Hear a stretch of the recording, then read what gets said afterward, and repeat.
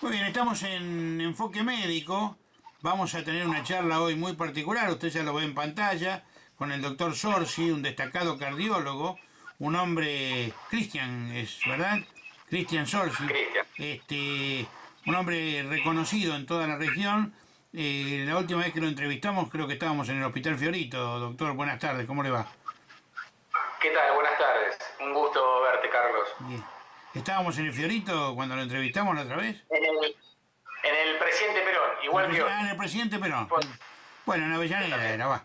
Bueno, en doctor, Avellaneda. hay una marcada preocupación, en los médicos sobre todo, porque algunos me decían el otro día, la gente no va a los hospitales porque tiene miedo, porque piensa que no lo van a atender, y hay enfermos crónicos, sobre todo enfermos de corazón, que necesitan el control. Primero que nada, ¿cuál es el panorama que usted ve y qué le diría usted a la gente? Mira, el panorama que se ve, que se está viviendo en los últimos 4 meses es lo que vos estás diciendo, Carlos. A raíz de esta pandemia desgraciada que nos tocó sufrir a todos, el resto de las patologías crónicas, ya sean cardiovasculares o metabólicas, dejaron relegada su atención, porque los pacientes, por miedo a consultar a los hospitales, por miedo al contagio, dejó de ir y hacer su control habitual, ya sea quincenal, mensual o como sea. Eso es realmente preocupante, más que nada para nosotros, para la comunidad médica, porque estamos dejando de ver un montón de pacientes que realmente necesitan su control habitual. De hecho, estadísticamente, en los hospitales bajó la cantidad de consultas por enfermedad cardiovascular aguda en la guardia. Y no es que hay menos enfermos cardiovasculares por la pandemia, los enfermos son exactamente los mismos, lo que dejó es de asistirse, algo que es preocupante, ¿no? Porque va a tener, esto desgraciadamente va a llevar a una morbimortalidad superior en toda patología crónica. Claro, y eso ya se debe advertir, porque también yo miraba algunas notas que decía que ha crecido la cantidad de personas que con alta presión o con hipertensión o con diabetes o con cualquier tipo de afección preexistente han perdido la vida porque han dejado de hacer los controles. Y esto es realmente grave, ¿no? ¿Qué le diría usted a la gente? Bueno, lo primero que le diría a la gente es que por favor no deje de hacer sus controles habituales. Si bien estamos en una situación sanitaria bastante compleja por lo muy contagioso que es este virus y la cantidad de demanda sanitaria que eso conlleva, que no deje de hacer sus controles, porque la mayoría de los municipios están armados de tal manera para que ese control que necesita este tipo de pacientes continúe. De hecho, por ejemplo, en Berazategui el Centro Sábato sigue atendiendo todas sus especialidades, en Avellaneda está pasando exactamente lo mismo, o sea que las herramientas para poder atender a ese gente están. Que pierdan ese miedo, sí que tomen los recaudos y precauciones necesarias al momento de concurrir al médico, que vaya con su tapaboca, que lleven alcohol para poder higienizarse las manos antes y salir de consultorio, que mantengan la distancia social con el resto de los pacientes que se encuentren en espera en los consultorios de cualquier centro de salud, pero que la consulta médica, por favor, que la hagan, porque disminuyó notoriamente la cantidad de controles y eso lleva, como decías vos, Carlos, a una mortalidad muy elevada. Entonces, estas patologías que son las muertes de la pandemia no adjudicadas al COVID, Claro. ¿no? De manera directa. No, no adjudicadas al COVID, pero derivadas de la pandemia. Derivadas de la pandemia, o sea, no por enfermedad viral, pero sí por las enfermedades crónicas no tratadas. Doctor, y hay un crecimiento más allá de los que ya son enfermos declarados. Hay un crecimiento. Yo le cuento un caso muy particular. Hace algunos días un reconocido periodista televisivo abandonó intempestivamente su programa de noticias y después contó que era porque se sentía muy angustiado, porque le dolía la cabeza y porque creía que tenía coronavirus y demás. Esta existencia tan tensionada de tener que quedarse en casa, de estar aislado de las personas más queridas y demás, ¿lleva al crecimiento también de ese tipo de patologías? Sí, lleva al crecimiento, a la reagudización de este tipo de patologías, a las sintomatologías de enfermedades que estaban solapadas preexistentes y a unas nuevas patologías más que nada de índole psicológico que terminan siendo somatizadas con algún tipo de síntoma. Si nosotros tenemos en cuenta la definición de salud que da la Organización Mundial de la Salud, que es el correcto bienestar biopsicosocial, ¿sí? Ahí entendemos el porqué de esto. Biopsicosocial, o sea, tiene un componente psicológico y social el correcto estado de salud. En estos tiempos de pandemia, donde hay que hacer esta cuarentena para tratar de la famosa aplanar la curva y que no se colapsen los sistemas de salud y todos puedan ser atendidos, ese encierro y el estar separado de los familiares y el ver la tele, ver las noticias de lo que pasa en el extranjero, la cantidad de muertos y demás, lleva una presión psicológica pero muy importante.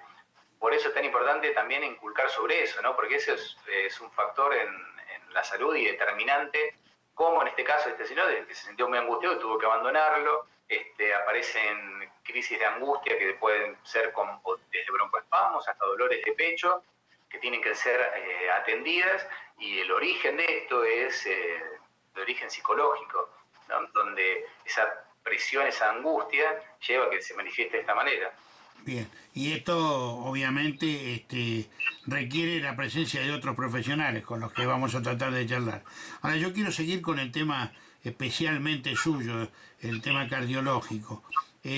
¿Se hace necesaria, por ejemplo, la continuidad de los exámenes o, por ejemplo, es válida la consulta, la teleconsulta con el cardiólogo?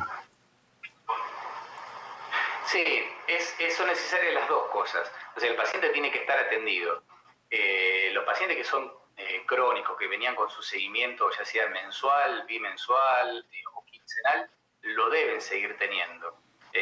Por cualquier tipo de patología. Las personas que estaban con tratamientos médicos farmacológicos crónicos, esa consulta la tiene que tener ya sea o por telemedicina o de manera asistencial directa. Pero la consulta, lo vuelvo a remarcar, la consulta tiene que estar porque son patologías que no pueden dejarse su libre albedrío y pasar meses sin que el paciente vea a su cardiólogo. Claro. Muchos de los cardiólogos dicen al paciente, si todo está bien y tus valores de presión, por ejemplo, son estos, si no tenés estos síntomas y demás, me venís a ver en 3 meses. Ante la ocurrencia de uno de esos síntomas, venís antes sin ningún tipo de problema. Pero hay pacientes que tienen que estar todos los meses. Y con lo que se vio en esta pandemia, que por ejemplo en cardiología, las consultas cardiológicas disminuyeron un 50% en todos los lados. O sea que hay un 50% de enfermos cardiovasculares crónicos que no están siendo atendidos de la manera correcta porque no se están acercando a los centros sanitarios para eso. Bueno, acá me mandó un señor una serie de análisis que le pidió el cardiólogo, un ecocardiograma transtorácico, ecodople color de base de cuello, una electrocardiograma, una ecografía, todo eso, pero resulta que del hospital le dijeron que no se lo podían hacer hasta nuevo aviso. ¿Por qué? Obviamente ahí estaban con problemas para ese tipo de atención. Eso es delicado también, ¿no? Para el paciente, porque también afecta psicológicamente. Sí, eso es delicado para el paciente y para el sistema de salud todo, porque cualquier estudio que hoy, de no ser estrictamente necesario, se postergue, en algún momento va a tener que hacérselo. Y el riesgo que se corre es que en el momento de hacérselo sea no ya programado, sino agudo con el paciente internado. Claro. Se lleva a un detrimento de eso, va en contra de la calidad de vida y de atención del paciente. Hay estudios que bien, depende por la patología que presente el individuo, se pueden llegar a postergar y decir, mira, este estudio se puede hacer después que pase la pandemia, que esté tranquilo, pero hay estudios que no. Esos estudios que no se pueden postergar y que se postergan igual, en algún momento determinan en un desenlace agudo, donde el paciente termina internado, ya sea en la sala general o una unidad coronaria. Por eso es a veces la importancia de qué estudios se pueden llegar a postergar y qué estudios no. Hay que ser muy estricto y muy fino en esto, porque se puede en ese embudo pasar algún paciente que lo necesita en la brevedad. Ahí es donde los médicos tenemos que hacer más hincapié con los centros de derivación para que el estudio se realice. Agua de mesa envasada MUL, agua pura, fresca, natural, entrega a domicilio sin cargo. Pídala ya al 4223-4454 o 4215-5739. Disfrútela en su hogar, en su empresa, en la escuela, en un centro sanitario, en todos lados.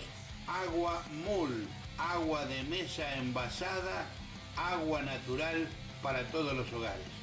Recuerde, 4223-4454, 4215-5739. Coronavirus. Para prevenir el contagio, quédate en tu casa. Si salís por una excepción, hacelo con el permiso correspondiente. El uso de tapaboca y el distanciamiento social son obligatorios. Al regresar, lávate las manos e higieniza todo lo que lleves de la calle. Si tenés 2 o más de estos síntomas, fiebre, 37,5 o más, dolor de garganta, tos, dificultad para respirar o falta de olfato o gusto, no te automediques. Permanece en tu domicilio y llama al 148. Atención ciudadana a las 24 horas. Municipalidad de Berazategui. Ciudad de buenos vecinos. Los papeles higiénicos y rollos de cocina Family están realizados con papel reciclado, porque queremos lo mejor y queremos a nuestro planeta. ¿Qué estás esperando para sumarte? Papeles higiénicos y rollos de cocina Family. ¡Anímate a probar!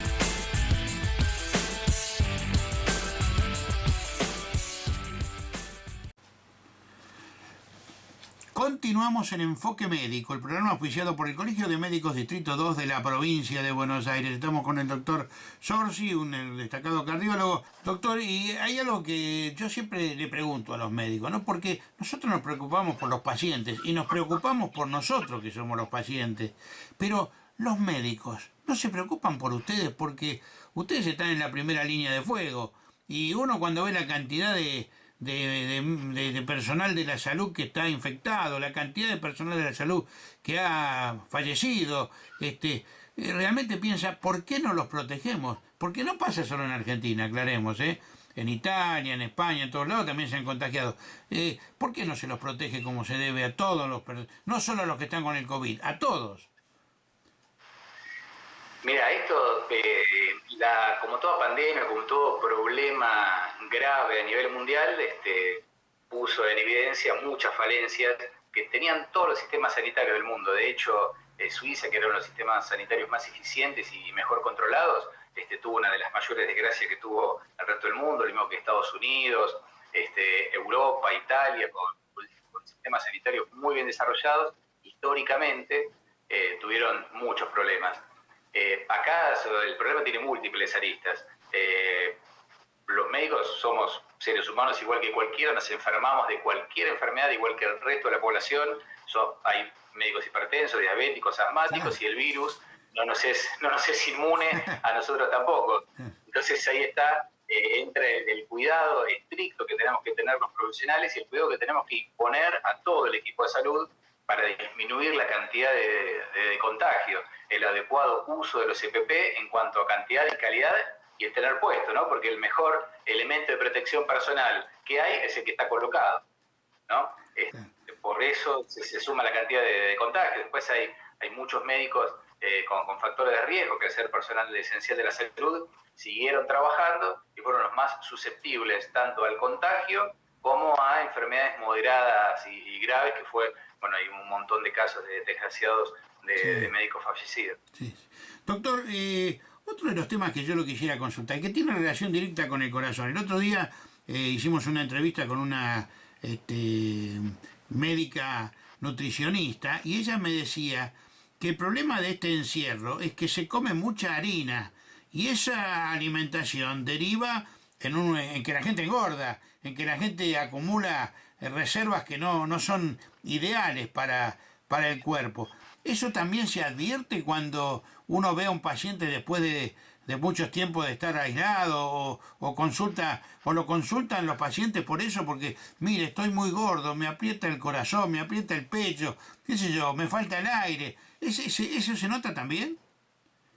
Sí, mira, eso se nota también. Lo que lleva la cuarentena, encierro, distanciamiento social tan estricto, genera angustia, genera un montón de sentimientos y además genera tiempo. Entonces tenés muchos pacientes que están en su casa, comiendo, donde tienen más tiempo para cocinar, más tiempo para comer, más tiempo para cocinar, aumentó la cantidad de lo dicen los pacientes, de elaboración de comida. Que son pacientes que antes comían rápido o a lo mejor saltaban una comida, que ahora respetan las 4 comidas, las respetan de sobremanera. Empezaron a usar aditivos, condimentos que antes no usaban, pero porque tienen tiempo de sentarse a preparar, a cocinar. Entonces es una cocina más gourmet, por decirlo de alguna manera. Eso lleva al aumento de peso, conlleva al aumento de peso, al desequilibrio en los valores de glucemia, de un montón de desencadenantes, y al sedentarismo, ¿no? Porque si bien uno hace hincapié en que cada paciente en su casa, todas las personas, los ciudadanos en su casa pueden hacer actividad física, de hecho está minado de canales de YouTube, es más complejo adaptarse a eso que hacer actividad física al aire libre, salir a caminar un par de manzanas. Entonces sumamos el sedentarismo más el tiempo para cocinar y comer, y desencadena en sobrepeso, hipertensión, diabetes y un montón de cosas más. Bien. Doctor, los cuidados cardiovasculares requieren también cuidados en esa comida de la que hablábamos recién, y también cuidados en el aspecto físico. ¿Por qué no me recuerda un poco y le recuerda a la gente, más que nada, cuáles son los cuidados que tiene que tener? Sí, mira, Carlos, las medidas higiénico-dietéticas son la base de cualquier tipo de tratamiento. Tanto la dieta como el ejercicio son los 2 pilares fundamentales que sustentan después cualquier tipo de tratamiento farmacológico. Los cuidados que hay que tener son los mismos que siempre, pero que hay que tener más cuidado y más atención por esto que hablábamos recién. Los cuadros de angustia que llevan ansiedad, a seguir comiendo, tener más tiempo para comer, que en un periodo fuera de pandemia no están. Hay que volver a recalcar la comida sin sal, ¿sí? Volver a hacer hincapié en eso, más ahora que antes, volver a comer sin sal, comer sin grasa, tratar de comer la mayor cantidad de colores posibles, tanto en frutas y verduras, y lo que es fundamental, que cuesta hacerlo, porque da más fiaca, por decirlo de alguna manera, es actividad física, ¿sí?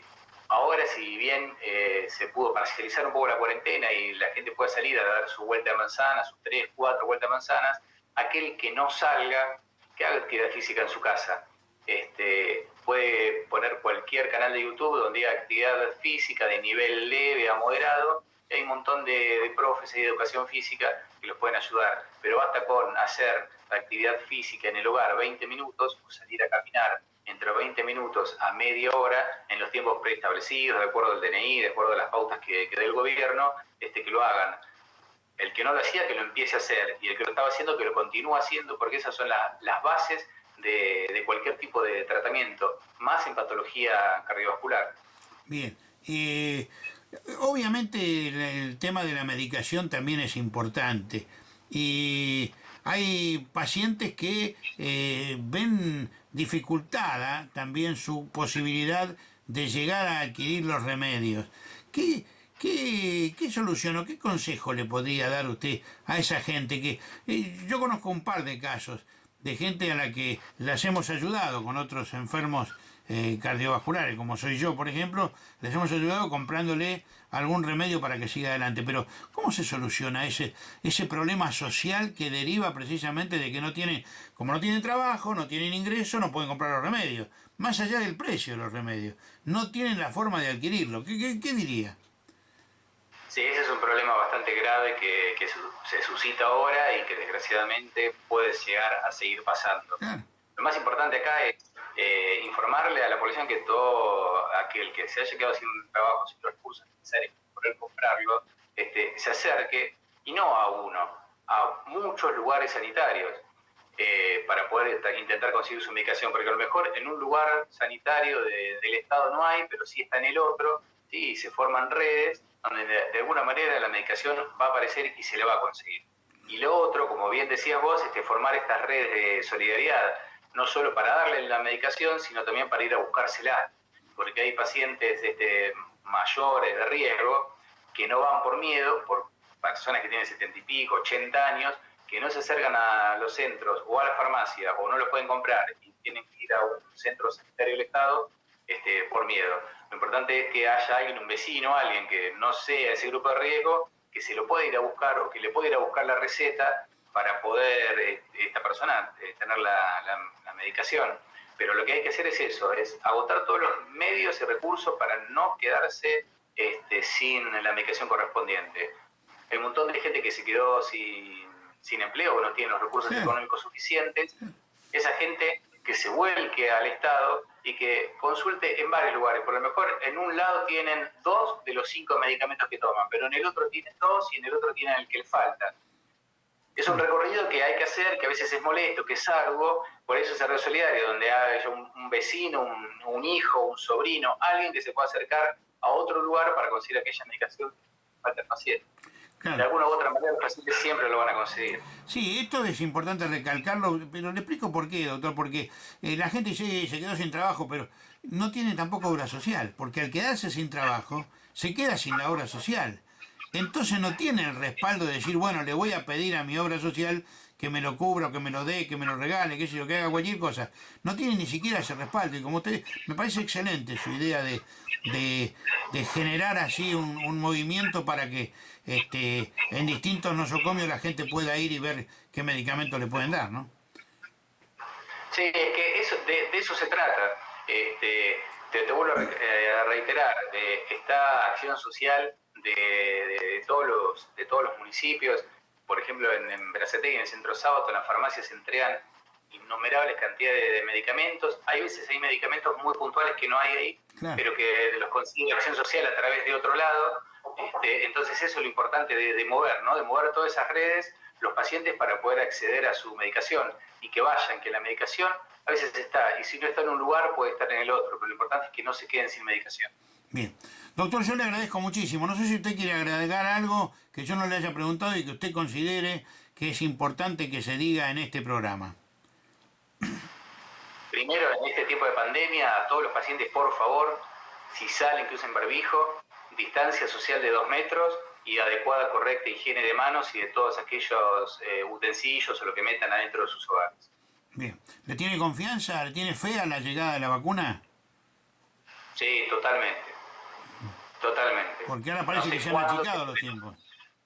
Sí, en el corto tiempo vamos a contar, espero que para inicios del año que viene ya se pueda estar empezando a vacunar a la población. Muy bien. Doctor Zorzi, muchísimas gracias por haber estado con nosotros. Quédese en pantalla, que nos vamos a despedir con su imagen. Bueno, muchas gracias. Bueno, estuvimos con uno de los prestigiosos cardiólogos, ahí lo tiene usted en pantalla. Lo puede consultar en el Hospital Presidente Perón, lo puede consultar en la Sábato, lo puede consultar en forma personal también, pero consúltelo si necesita porque es recomendable. Les recuerdo que ustedes están viendo Enfoque Médico, el programa auspiciado por el Colegio de Médicos Distrito 2 de la provincia de Buenos Aires. Programa que usted puede volver a ver en www.productoralas.com.ar, en youtube.com/laproductora y en Facebook/alaproductora. Gracias, doctor. Gracias a los televidentes, nos vemos la semana próxima.